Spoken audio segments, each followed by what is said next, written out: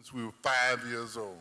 Now we're in high school. I mean, every day, almost every day of my life, we were together, and we were really close. And we had a pickup softball game. We were on different teams. I had broken my shoulder, and I couldn't throw. I couldn't use the throwing motion sometime before, and I was still rehabbing my shoulder, and we were on different teams. I played third base on the team that I was on. And one of the other players hit the ball to me on third base, and he hit it so hard, like it was in my glove before he had started running. So he was just frustrated. And my closest friend, my buddy for all those years, said, "Run, run, he can't throw, he can't throw."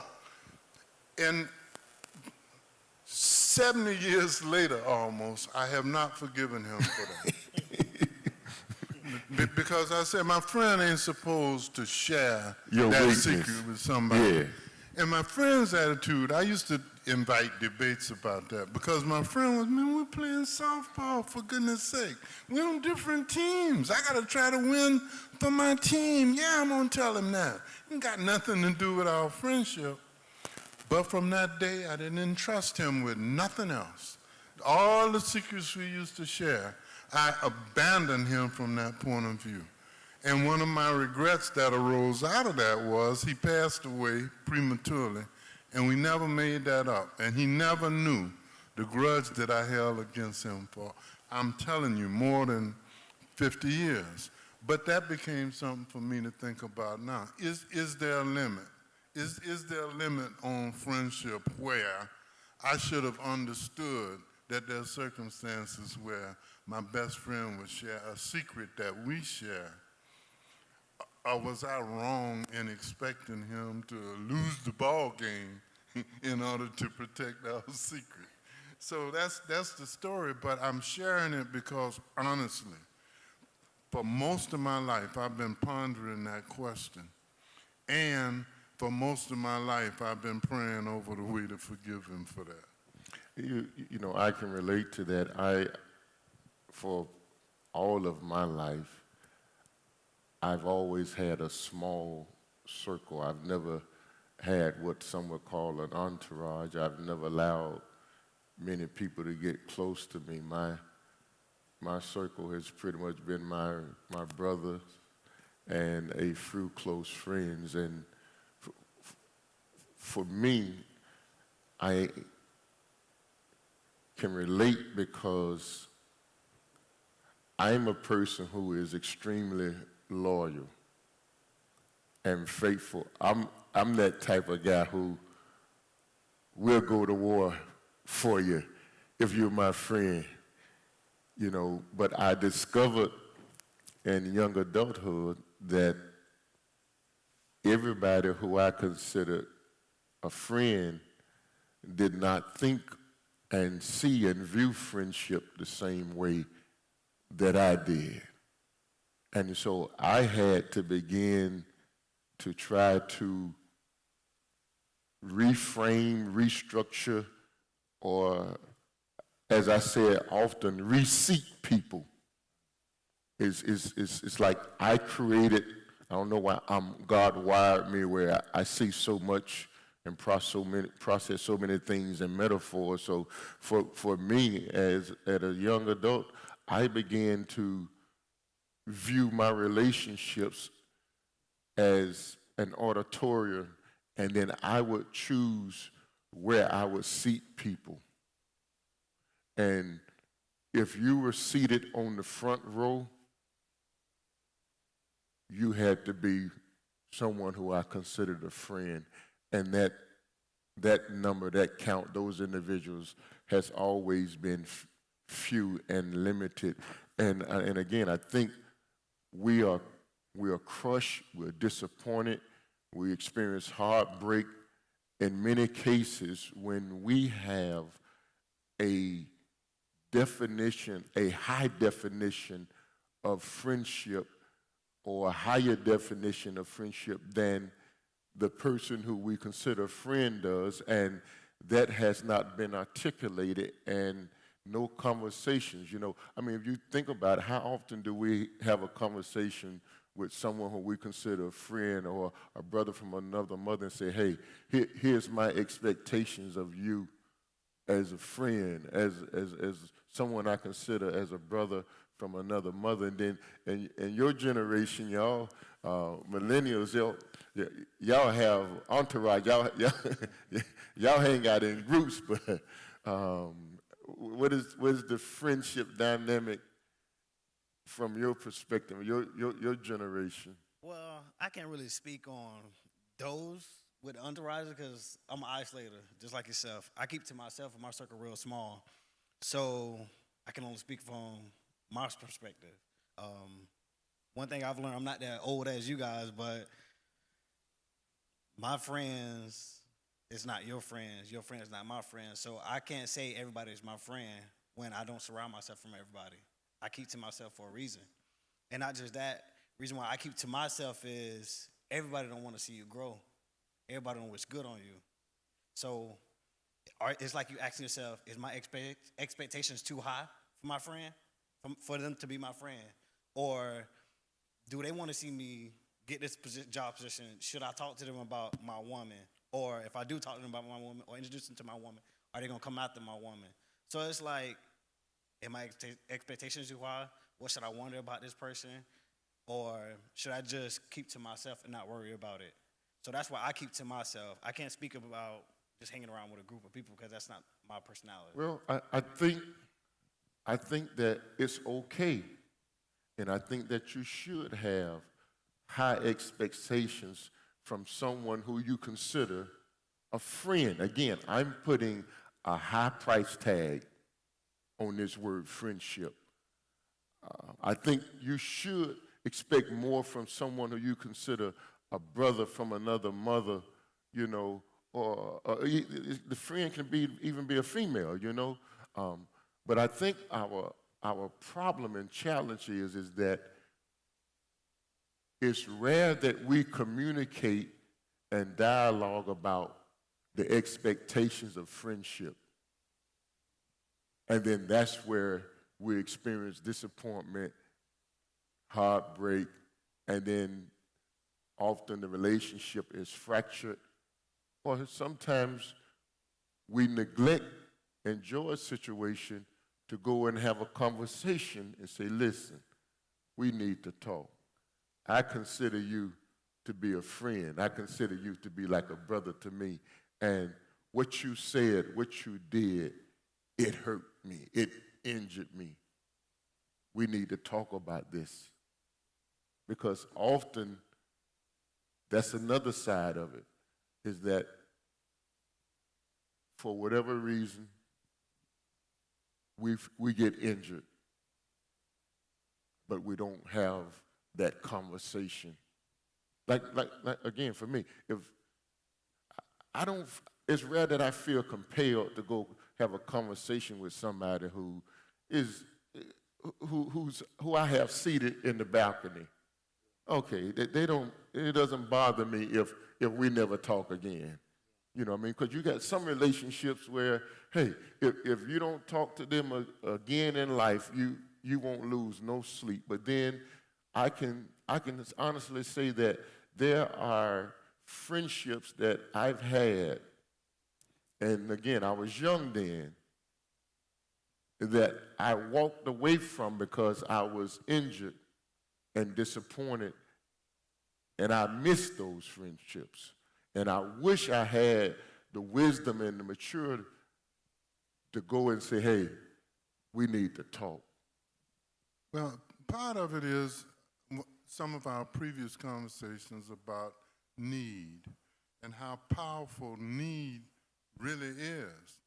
And the other part that affected me in this story is that once I'm convinced that there's betrayal, which is the lowest form of, that's the one that hurts the most, I can't trust you anymore. So when Pastor talked about the wise choice is say, man, why you want to do that, okay? But you see, the other part of me says, Now, the next thing that's going to happen is that he'll go to another friend, say, what's wrong with Joy? That crybaby, and then he tell my story. And so the idea is when you reveal vulnerability, when you approach somebody about something that hurts you, you do become vulnerable, and you put yourself at risk of them then taking advantage of them, and that hole keeps getting deeper and deeper and deeper. And so I don't know what the solution is, but one is you can't give it all up. I mean, you got to hold on to that little piece that you can cling to when you do become betrayed. Now, the other thing we talk about is relationships, and that's the topic that we're going to be dealing with. This past weekend, I helped to organize a surprise birthday party for my wife. And her closest friend had to tell her an untruth in order to get her to Orlando. And do you know that we almost had to have an intervention? Her friend said, I will not lie to my friend. Well, it's all in fun, and we're just trying to lure her up here, and you're the only person that can get her to come all the way to Orlando, meet some grandchildren, or whatever it is, and we need you, otherwise we can't hold on to the surprise and keep her from being suspicious. And I'm serious, her husband, her daughter, members of the family had to counsel with her about it being all right, because she said, you can't make me lie to my friend.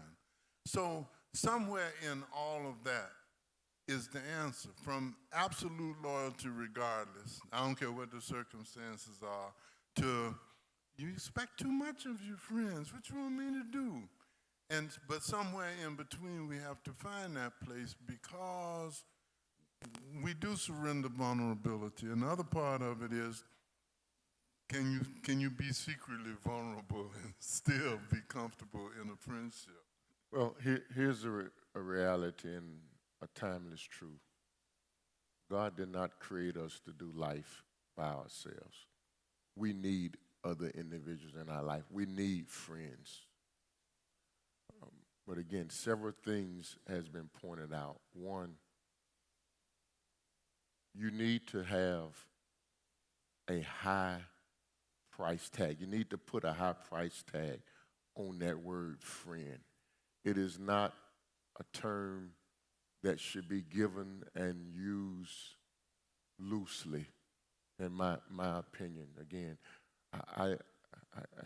you probably heard me say it in sermons. I say, you don't need a million, but you need a few people, a few friends that you can trust, that you know you can count on and depend on.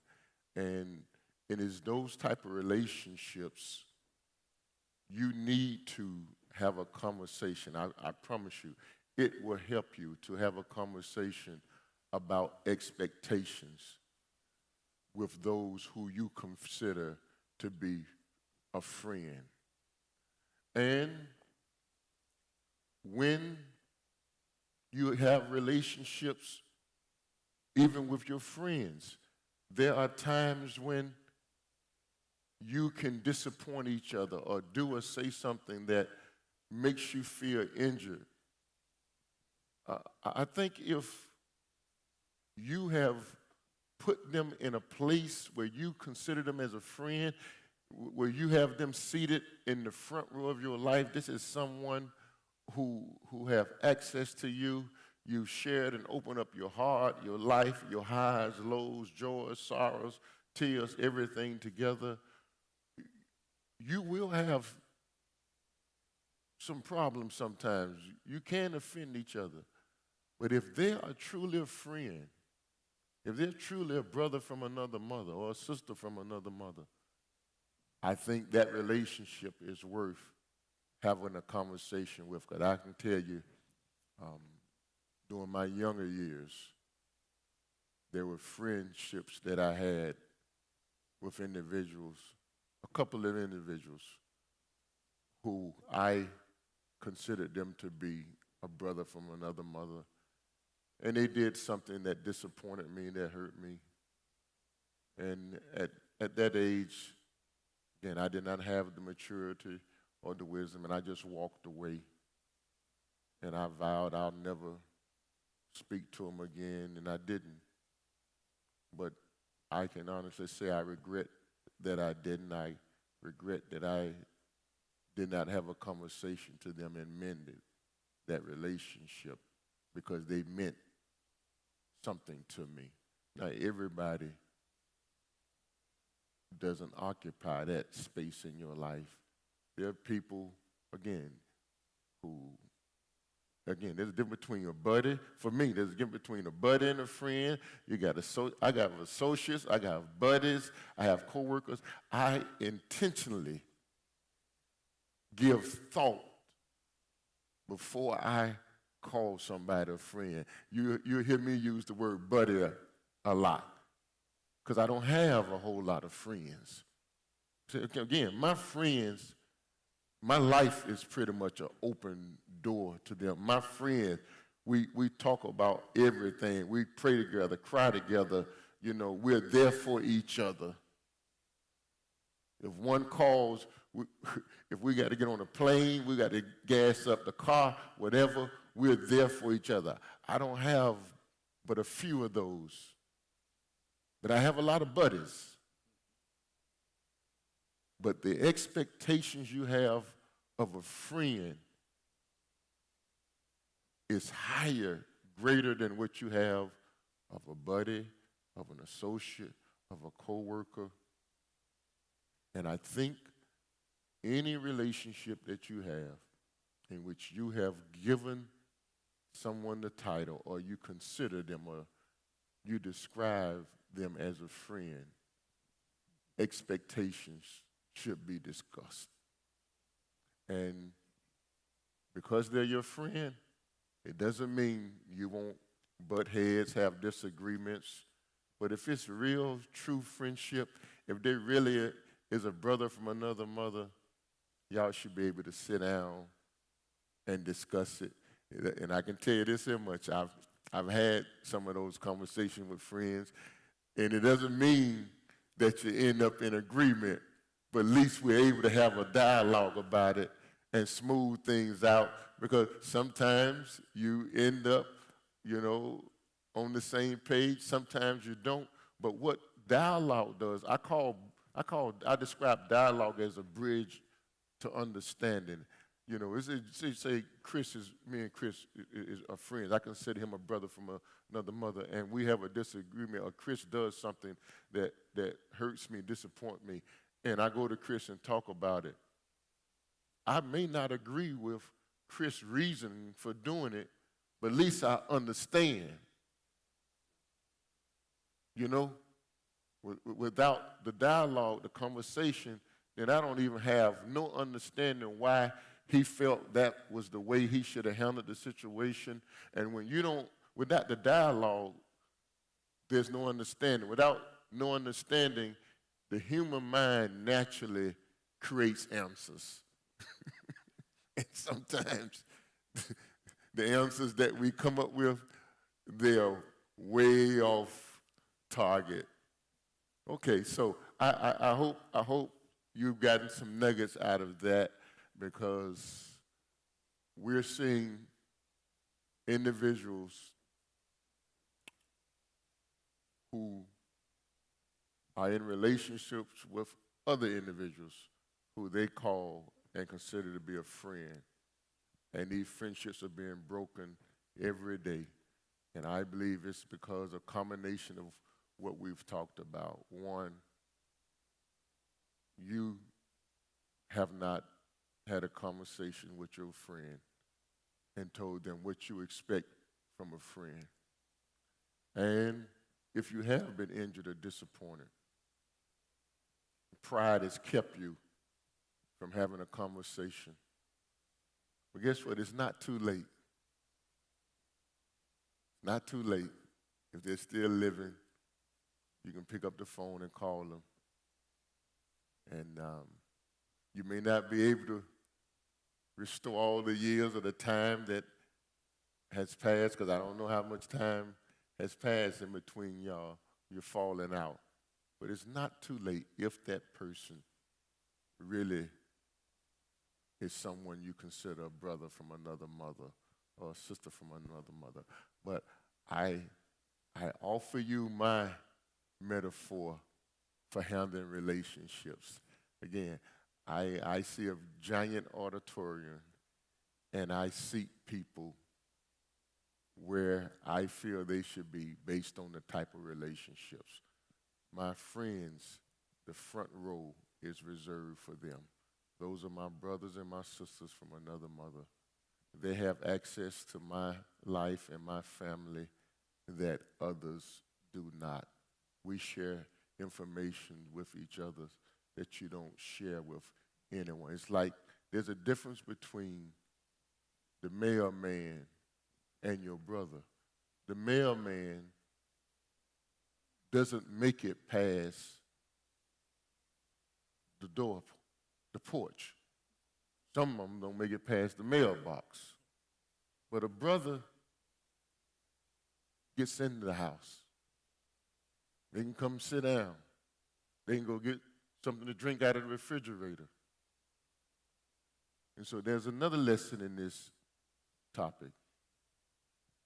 Everybody can't be on the front row of your life. I know there's some of you meet, and I know people who meet someone and 10 minutes after the meeting, they calling them friend. Y'all know people like that? You should put a high price tag on that word, friend. All right. Thank y'all for that. Thank you, George, for raising that topic. I think there are many men who have relationships that they need to have a conversation with that individual regarding their friendship, and their friendships that need to be mended. Don't let pride stop you if that person is someone who you consider a brother from another mother. All right, we want to transition now. We're going to talk about married to a stranger. Again, if you are tuning in for the first time, we've been reading and dialoguing about this book, Men's Secret Wars. It is a wonderful book. Men, you need to read it. It is transformative. It will change your life. It will challenge you in ways that you probably have never been challenged. I promise you. It will grip you like a pair of grip pliers. That's just how potent the topics are that he talks about. This month, as I was reading the chapter that he titles "When Your Happy Ever After Isn't," when I got to the second paragraph, I had to stop. In the second paragraph, he's in a counseling session with a wife and husband, and the wife says these words: "I feel like I'm married to a stranger. He's a good man. He's a moral man. He's a hardworking man. But I feel like I'm married to a stranger, and I just don't think that's enough for me anymore." I said, wow. Wow. Last month, we talked about one of the chief issues that males are confronted with, particularly when we talk about their masculinity, is that most males in their developmental period, their childhood, their adolescence, they have been over-mothered and under-fathered. They've had strong female models in their life, but they've had very few strong, healthy male models in their life. And so as a result of that, they have not developed like they should have in their masculinity, and they bring the lack of development into their adulthood, and it is problematic and detrimental in many relationships. Well, in this chapter, he builds upon that, builds upon that, because what he says is men who have been overmothered and underfathered, they normally use three, and he uses this term, toxic relationship styles. And that's what we're getting ready to talk about. The styles of relationships that many men use, particularly those men who have been overmothered and underfathered. The first style is the controller. I don't know if this is you. I don't know if you know someone. I'm pretty sure you know someone. I know several controllers. But the controller is one who does just what he says.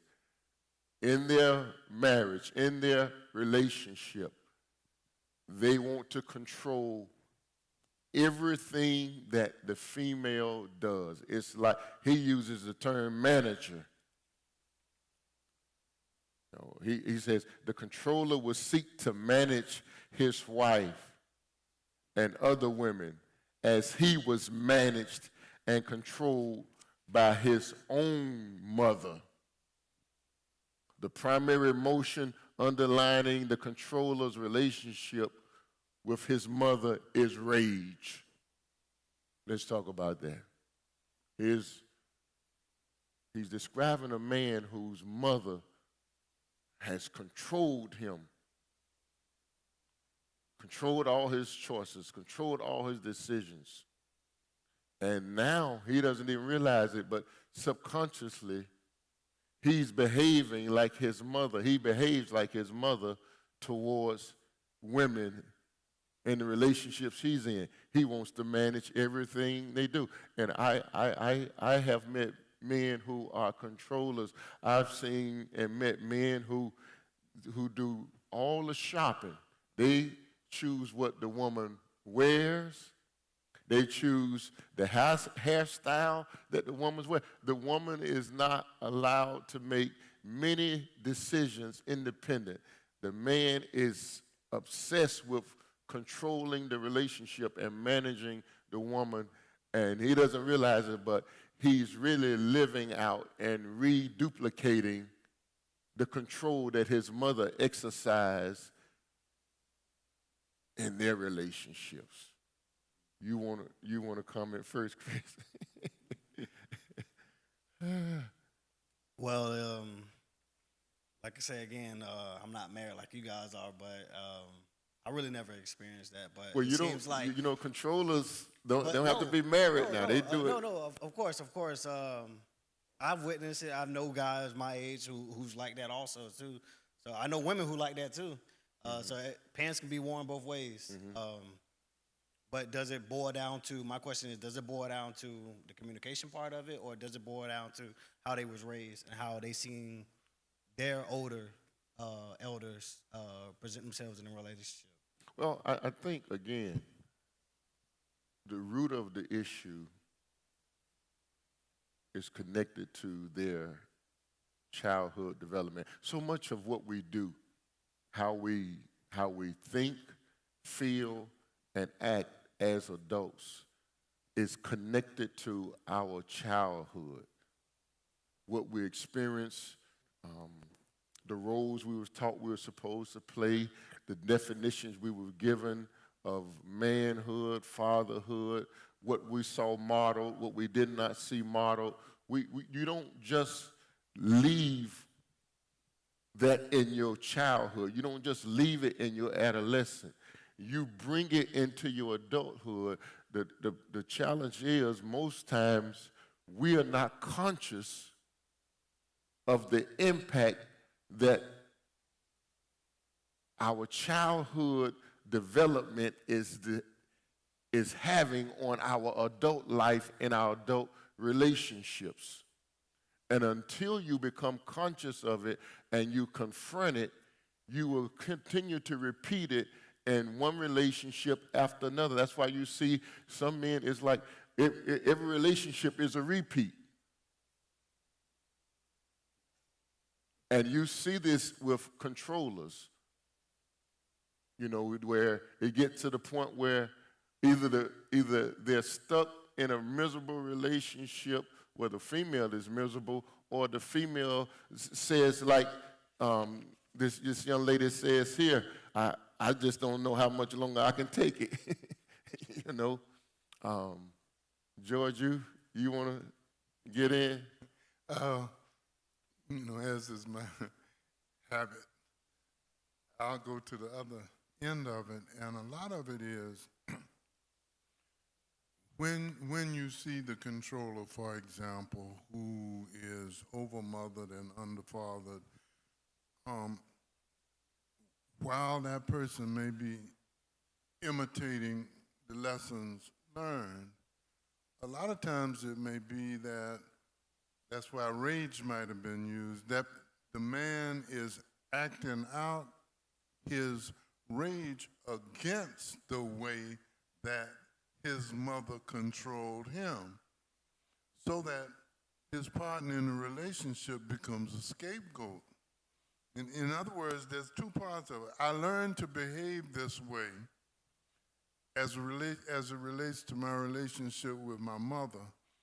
But if I go deeper, I also resented every time she took control of some aspect. You're correct. That's why he describes it as, he says, the primary emotion underlining the controller's relationship with women is rage. And so what he's saying is, when you've been severely overmothered, or you've had a mother who just dominated and controlled everything about your life and dictated what you did and what you didn't do, what school you went to, everything, you not only take on that relational style, but like you said, subconsciously or consciously, at the same time, you're saying, no woman is going to dominate me